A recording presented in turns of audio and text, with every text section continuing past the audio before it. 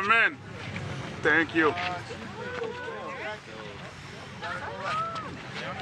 I'm going to slide it over just a smidge. There you go. Thank you.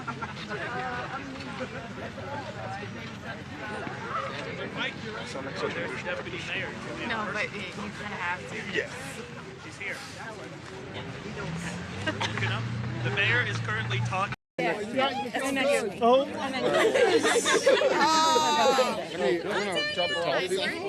That's so lovely. Thank you. Oh, that is so lovely. And Reynoso's there. Wow. This is me and my teammate from Bronx Science. Oh my God, that's so cute. Yeah. Back when you were Back in the day. Yeah, back in the day. Sorry. Okay. Good afternoon, everyone. It is a privilege to be back in Greenpoint with so many friends and partners who I have mourned alongside, marched alongside, and vowed to improve McGinnis Boulevard alongside. I am grateful to the elected officials who have carried this effort forward. They are. And I am especially thankful to the community members who have never given up on the hope that a people united and organized can both demand and deliver the change that they know is necessary. My friends, because of you, we will complete the redesign of McGinnis Boulevard.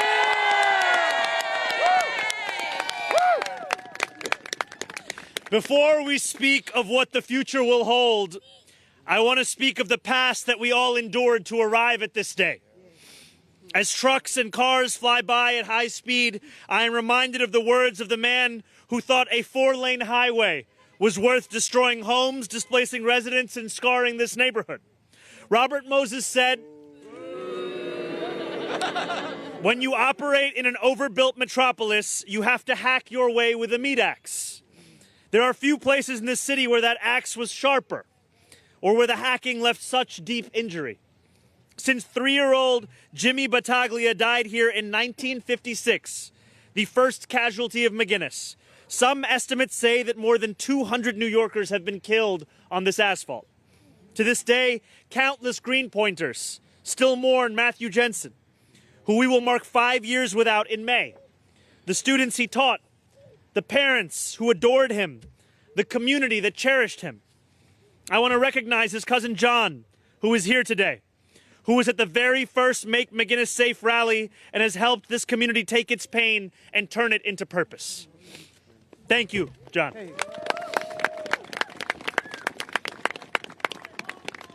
The consequences of Moses' acts have been measured in the human toll that this 4-way highway has incurred, and in so many other unseen but deeply insidious ways. It is felt when parents don't feel safe letting their children out of the house to play. It is felt when cyclists go on long detours because McGinnis is simply too dangerous to take the risk. It is felt when people dread going to the grocery store or getting a cup of coffee or just going on an afternoon walk because they fear that they will have to cross the street. For too long, those in power have ignored Greenpointers' calls for help. As a result, what was understood solely as a road became something much larger, an embodiment of political choices, a physical piece of evidence of city government that listened to the well-connected at the expense of working people. But thanks to parents, neighbors, and Assemblymember Emily Gallagher,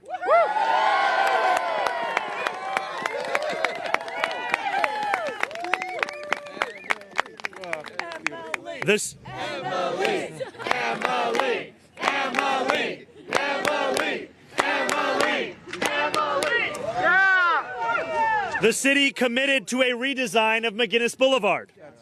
That commitment promised to deliver the safety and improvements that residents had been asking for, until the prior administration bowed to big money interests, leaving the project incomplete and Greenpointers still at risk. Today, however, there is a new mayor in City Hall. Yeah. Hell yeah. That's all right. I am so proud to have stood with this community, and I am even prouder to be able to use the power of City Hall to deliver a better, safer future for the people of Greenpoint. My commissioner, Mike Flynn, will lead the DOT in installing parking-protected bike lanes along the length of the entirety of McGinnis Boulevard from Meeker Avenue to the Pulaski Bridge. Once the project has been completed, there will be one travel lane in each direction, one parking-protected bike lane in each direction, and one vehicular parking and loading lane in each direction. We will begin this process as soon as the weather warms. Many of the materials required for this kind of work cannot be used when the ground is wet or when temperatures are below 40 degrees. And while this is just the beginning of our work to deliver street safety across this city for pedestrians, for cyclists, and every person who calls the city home, I want to remind New Yorkers that none of this was inevitable. A little over 4 months ago, I stood with many of the same people I see today after walking up McGinnis. I stood with this very pin that was given to me by those New Yorkers. Many had known Matthew Jensen.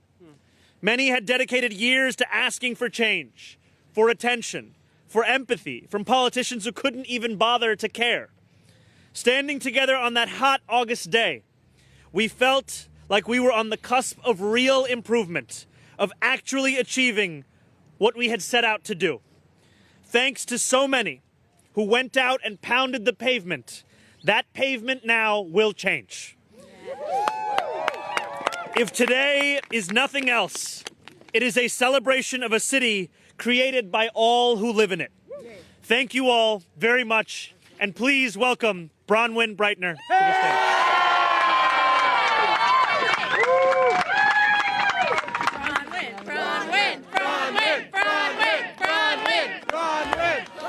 We love you. Wow. Okay. Oh, Thank you. so good. Thank you. Thank you, Mayor Mamdani. Thank you.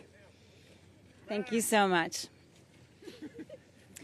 My name is Bronwyn Breitner. I'm a 21-year resident of North Brooklyn, a local small business owner, and my husband and I have chosen to raise our 2 boys here in Greenpoint. When my son Kai was 2 years old, his brand new red bicycle was stolen from in front of our house.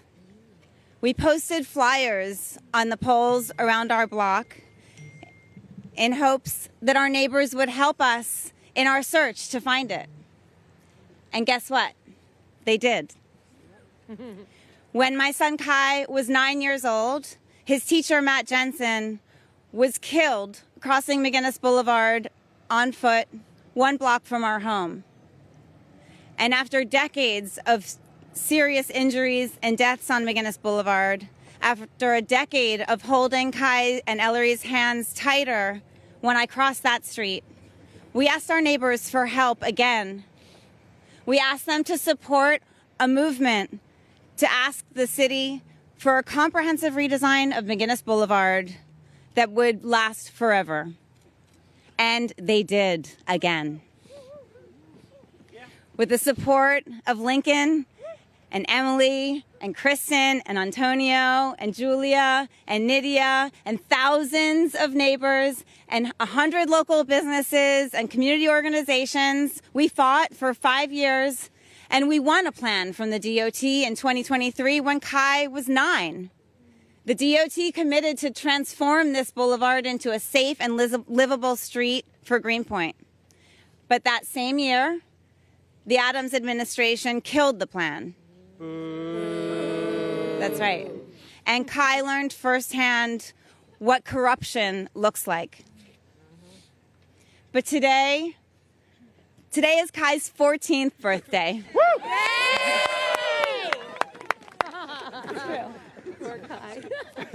Seriously. And today, I know. And today we celebrate a new era for McGinnis Boulevard. We celebrate a new era for Greenpoint. Yes. We celebrate a new era with a mayor in power who teaches our students and our children what true, honest leadership that centers the community, livability, and affordability of New York City in his campaign. We are so grateful to you, Mayor Mamdani, for making this a priority in your campaign, for keeping your promise that you made to our community many months ago.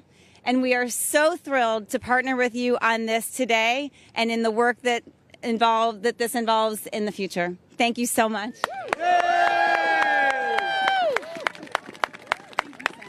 Oh, we love you, Bronwyn.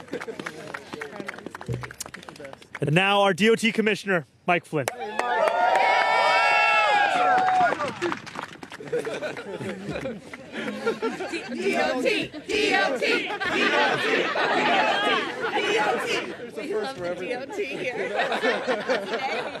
When your public agency has fans, that's a good sign. It does now. It does now. Well, thank you, Mayor Mamdani, and I would echo the gratitude to all the advocates and elected officials for keeping this project on the front burner over all those years. It is a new era for New York City and a new era for New York City DOT. We said we would hit the ground running, and that's exactly why we're at McGinnis Boulevard on just the third day of this new administration. For far too long, a critical street safety redesign developed by committed public servants at DOT was set aside, even though the need was clear and the planning work was done. As soon as the weather warms, we'll deliver the original safety plan for McGinnis Boulevard, as the mayor said, installing parking protected bike lanes from Meeker Avenue all the way to the Pulaski Bridge. McGinnis Boulevard should stitch Greenpoint together, not divide it in half. These upgrades will make it safer and easier for children and parents to cross the street. They'll protect cyclists, reduce reckless driving, and transform what can feel like a highway into a calmer neighborhood street. And this is just the beginning. DOT will advance bold, ambitious ideas to keep New Yorkers safe on streets across the city. Let's get to work.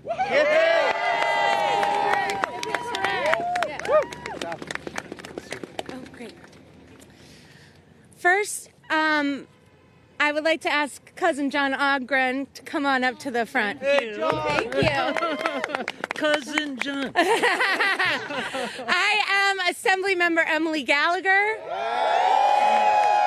And I am so proud that I get to serve this community that raised me as an activist, and that I get to have an amazing mayor serve with me in creating an even more amazing community going forward.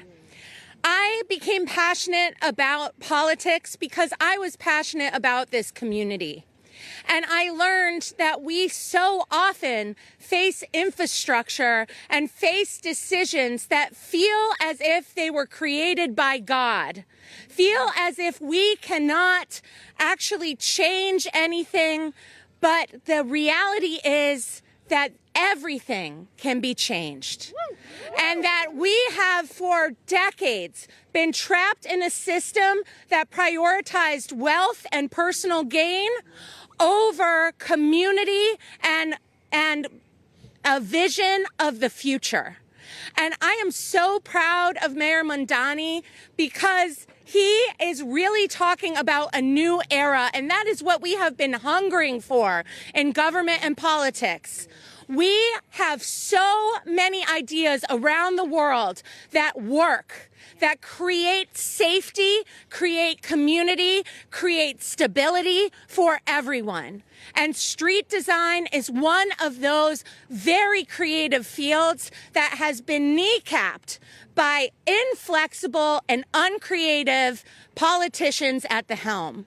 And I am thrilled that we now have a mayor who is excited about being creative, about listening, and about connecting with each and every one of us. Because he knows, and I know, that this city is not its streets and its buildings. It is the people who live within it. And unlike the politics of the past, which thinks that the people are replaceable and the neighborhoods and the wealth and the land value are not, we know that it is the opposite. We can actually build a sustainable, beautiful city that serves each and every one of us, that creates a stability so that we can be together here. We can walk hand in hand down the road. We can hang out on the corner. We can ride our bikes together. We can teach our children to ride bikes with us. And we can do that together here in this city. We don't have to leave this city to have wonderful community. Community is born in New York, and it will stay here because we have Mayor Mamdani. So I want to thank each and every one of you who showed up on every single one of these campaigns, who knocked doors to get people elected, who stood in the center of town handing out flyers about ideas that you had, like a redesigned McGinnis Boulevard that you believed in, and you knew that it was actually people to people that made the difference, not donor to donor. Yes. And at the end of the day, it is you all that I am here for. And it is you all that I believe in. And I believe that together, if we continue to fight for a politics that centers each other and we stay involved in this kind of connectivity, we will lead the way in the world, a world that is full of wonderful ideas ready for the taking. So thank you so much, Mayor. And thank you to the activists who stood by my side through so many decades of work on this. And I'm so excited that there are people here who I worked on this with in 2010, in 2020, and now in 2026. And all of the people who have lost people to this selfish view of what a street can be and what a street is for. Streets are for people. Yes. And we are the people who will shape and define them in the years to come. So thank you, and thank you, everyone. And now I'm going to pass it to one of my dearest, dearest friends, a lifelong advocate himself, Councilmember Lincoln Ressler. I promised, too, that Cousin Maddie would be standing right here with you. And I really believe that Maddie's up here with the choir. Yes. Watching all of us. Yes. So God bless you. I'm so proud that you're my mayor. Yes. Thank you for all you do. Bless. Right. Come on back. Thank you, Cousin John. And can we give it up one more time for our amazing Assembly member, Emily Gallagher? Greenpoint, we freaking did it! Yeah! Look. You know, over these last few years, across the 5 boroughs, McGinnis Boulevard had become synonymous with a city hall that put politics over people, that put corporate donors over our community, that put Hulu special guest appearances over our damn safety. But Greenpoint, we organized like hell.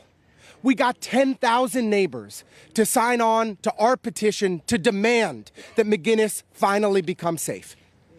Every single elected official had this community's back. Antonio, our borough president, Nydia, our congresswoman, Kristen, our state senator, and Emily Gallagher, for more years than I can count, has been fighting for a safe McGinnis Boulevard. And when we implemented a fraction of the plan, the opposition told us that it would be that the apocalypse would arrive. That's what they said. But you know, traffic on McGinnis Boulevard has gone up about a minute in each direction. That traffic volumes across the neighborhood have only increased in the most modest of ways. Our neighborhood is demonstrably safer already because of the changes that we have secured on McGinnis Boulevard. But McGinnis Boulevard will finally be safe from the Pulaski Bridge down to Meeker because of the leadership of Mayor Zохран Мамдани.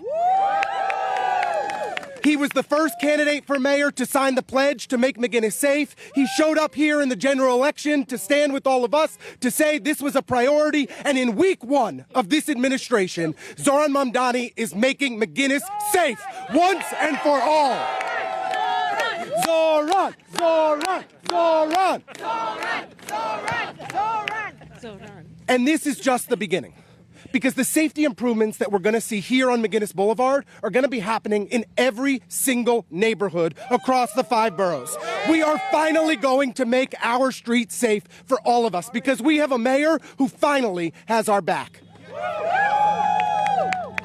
And I just want to say from the bottom of my heart, thank you. Thank you to every single person who is here today and who has organized over these last few years to make McGinnis safe. It's because of you. It's because of the ways that you showed up at City Hall, that you showed up at the town hall meetings, that you showed up at the community boards, that you gathered petition signatures in the freezing cold at farmers markets and on street corners. It's because of your hard work that McGinnis became the street safety project across the city of New York. And it's because of your hard work that Zohran's getting it done. Week 1, let's make it happen. Thank you all.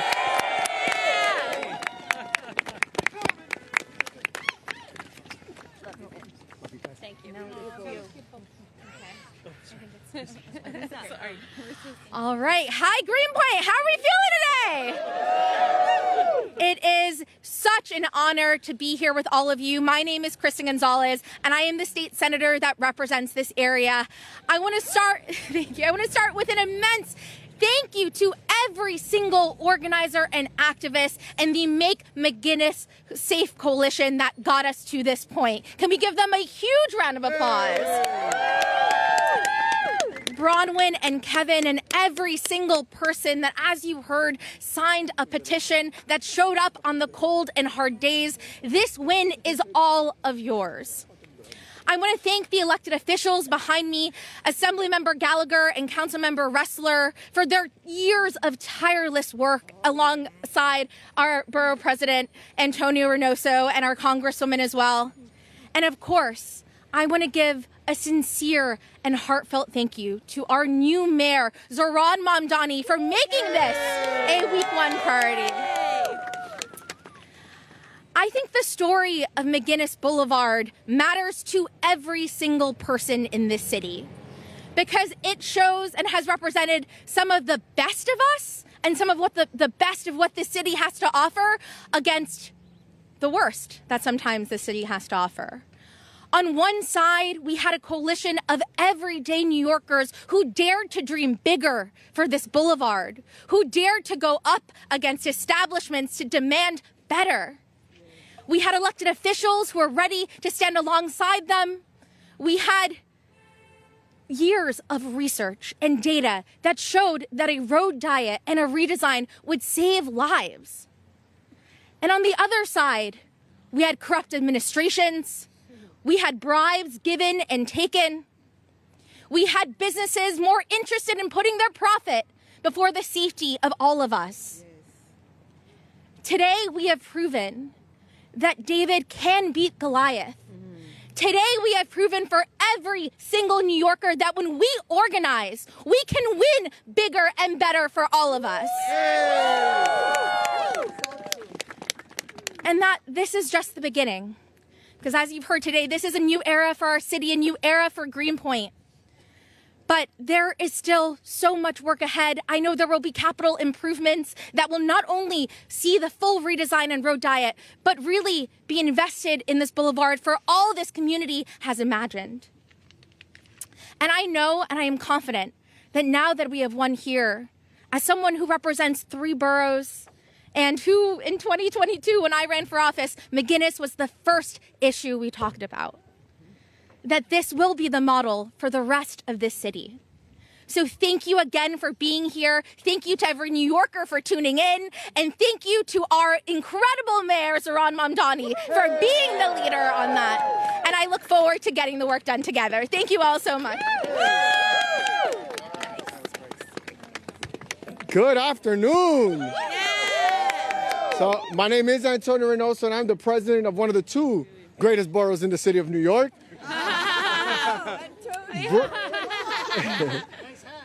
Thank you.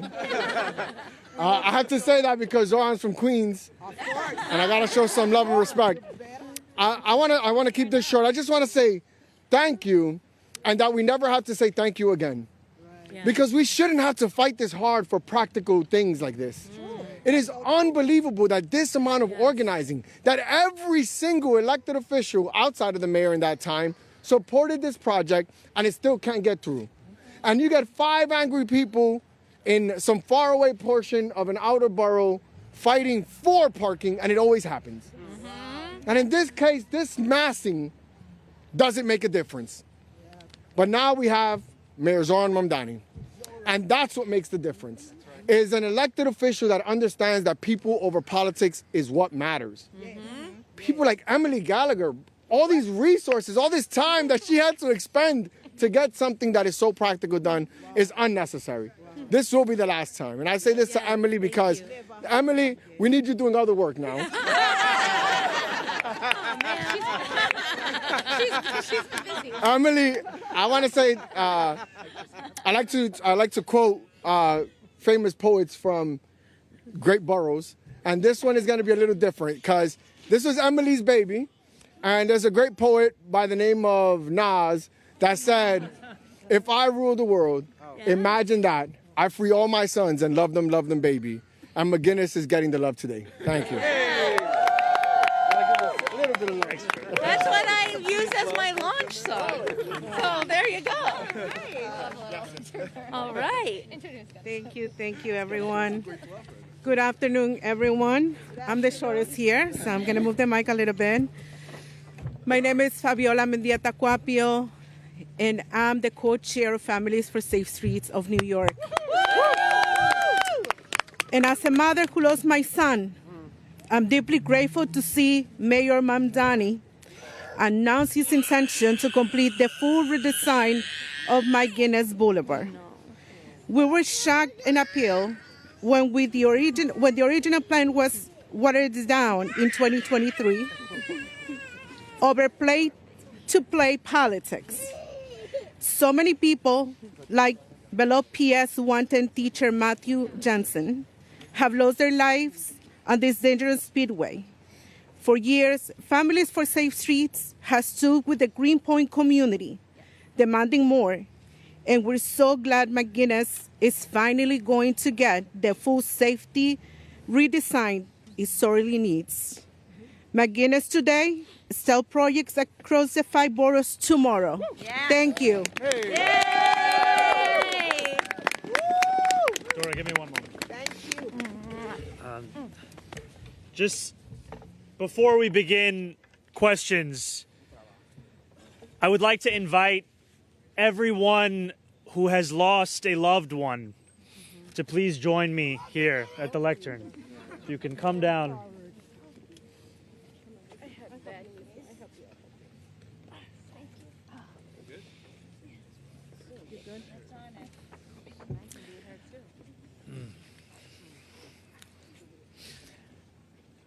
I want to make clear to New Yorkers that we are not speaking in the abstract.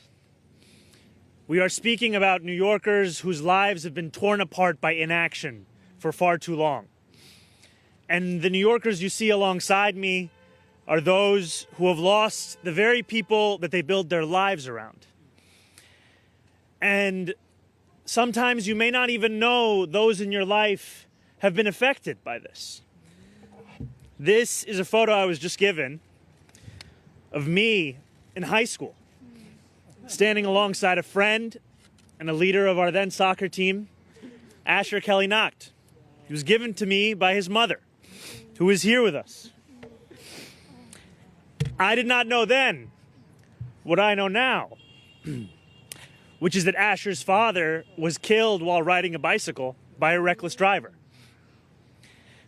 And I say this because too often in our city, in our politics, we lose sight of what this actually means in people's lives.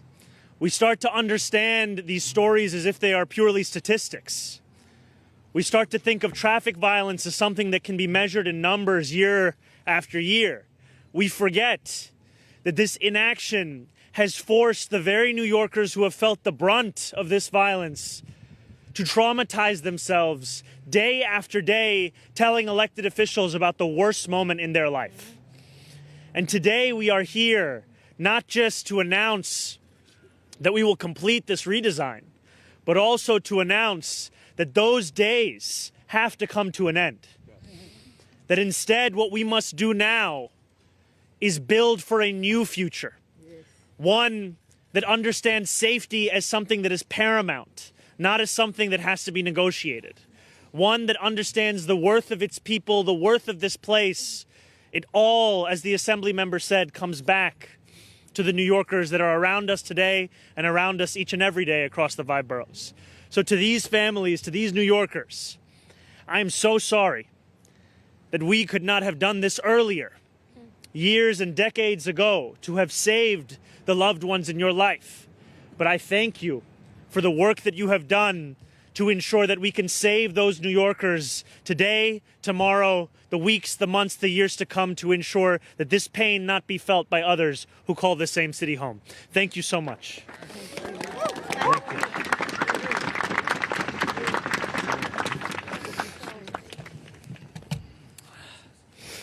Thank you. We can begin. Mr. Mayor, I don't know if you remember, during the campaign, one of the local newspapers said electing you would be electing de Blasio on steroids. This plan, however, is obviously the de Blasio plan, and some people who are standing with you today are also calling for the steroids part. Bike lanes on Driggs and the parallel streets to the K Bridge, low traffic neighborhood to end the rat running. So what do you do for an encore on this one? Well, I think I would make clear that today is not, and Commissioner, you could please feel free to join me here.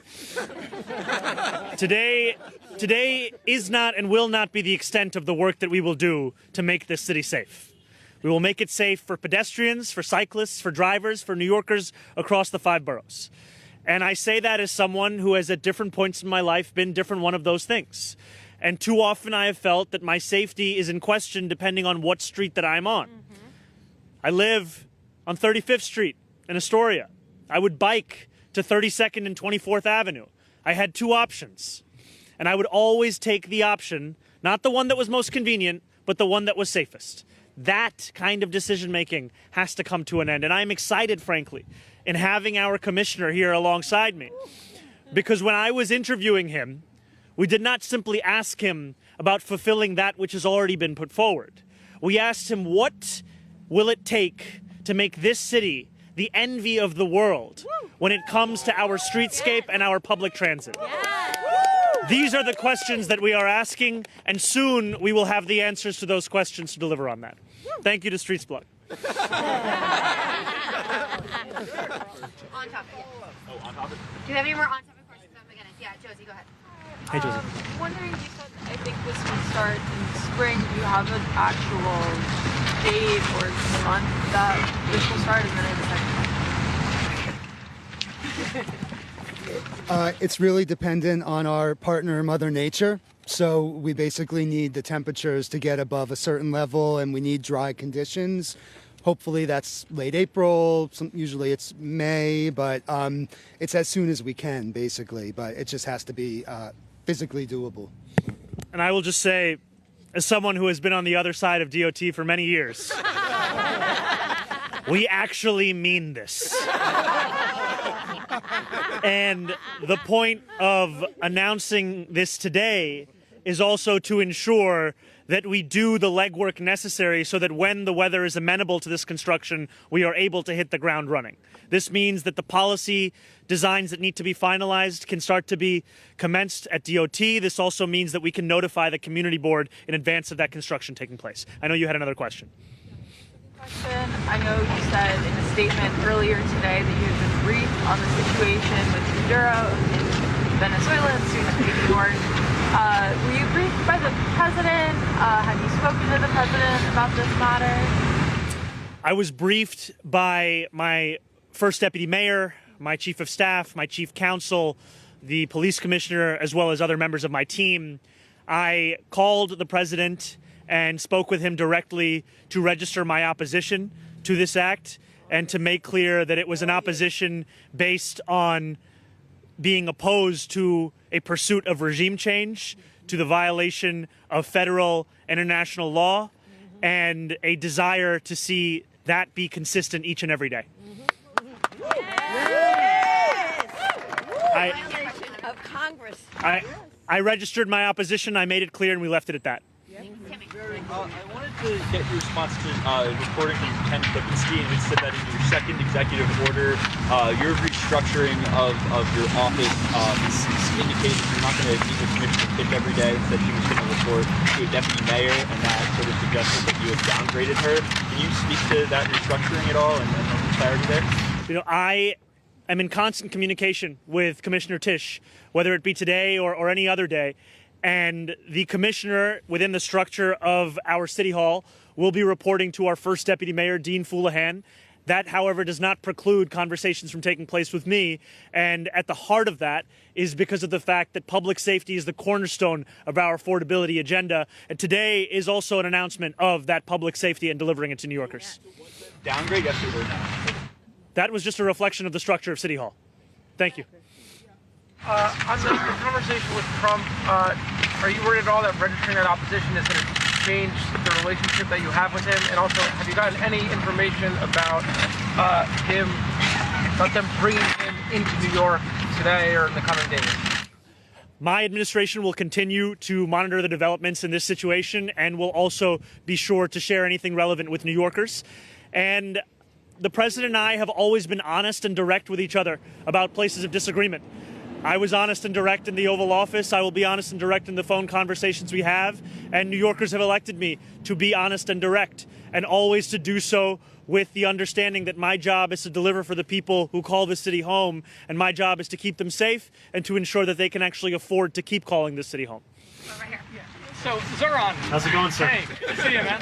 So we've been saying this a lot for years, that it's not enough to do one intersection, right? I think I've heard you say that countless times. And now you're in a position to actually do that. So, about universal daylighting. You have the power now to simply do it. We don't need a council bill. So, will you promise the people of New York and the people of this coalition that this is something we can actually do, every intersection? We are going to be pursuing every single safety measure that can deliver that for New Yorkers. And I am telling you that when I selected my commissioner, we spoke about what actual safety means.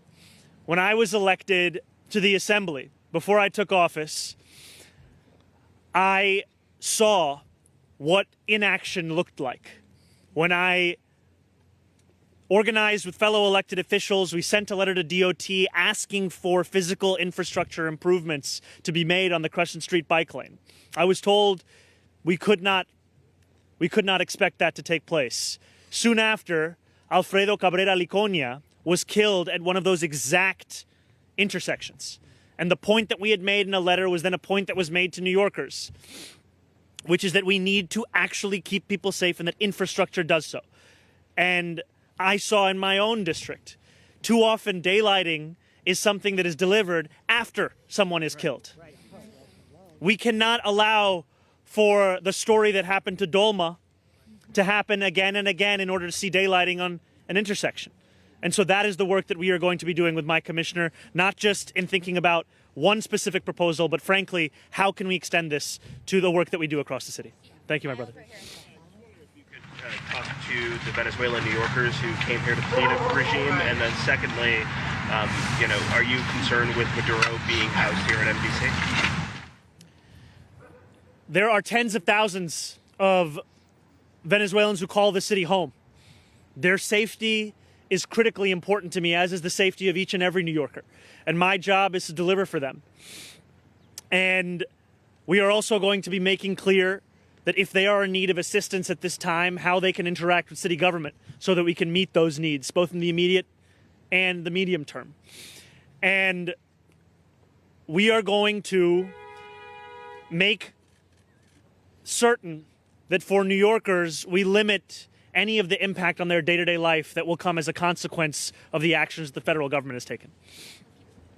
Okay, 2 questions. Let's do one after the other. Quick. On Maduro, apparently it's going to be brought to New York City to face charges.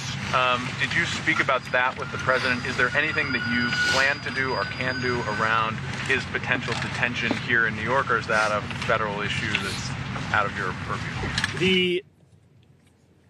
As the mayor of New York City, it is my responsibility to ensure that whatever the actions the federal government takes, that they have a minimal impact on the day-to-day lives of New Yorkers. And so that will be a focus of my administration moving forward. Okay, second question.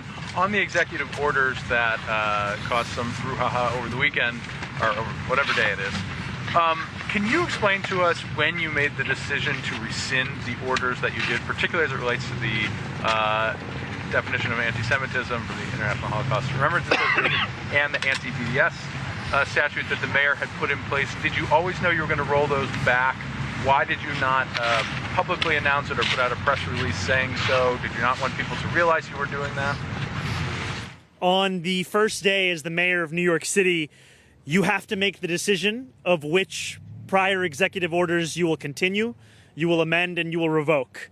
And I made the decision to revoke all executive orders made by the prior administration following September 24th. And I made that decision because that was the date for the first time in our city's history when the mayor of this city was indicted. And it was a day at which many New Yorkers started to doubt even more than they did the motivations behind any executive order or executive action that was going to be taken. And so I made that decision with regards to every executive order that was issued after that date, and that also included orders pertaining to Rikers, for example.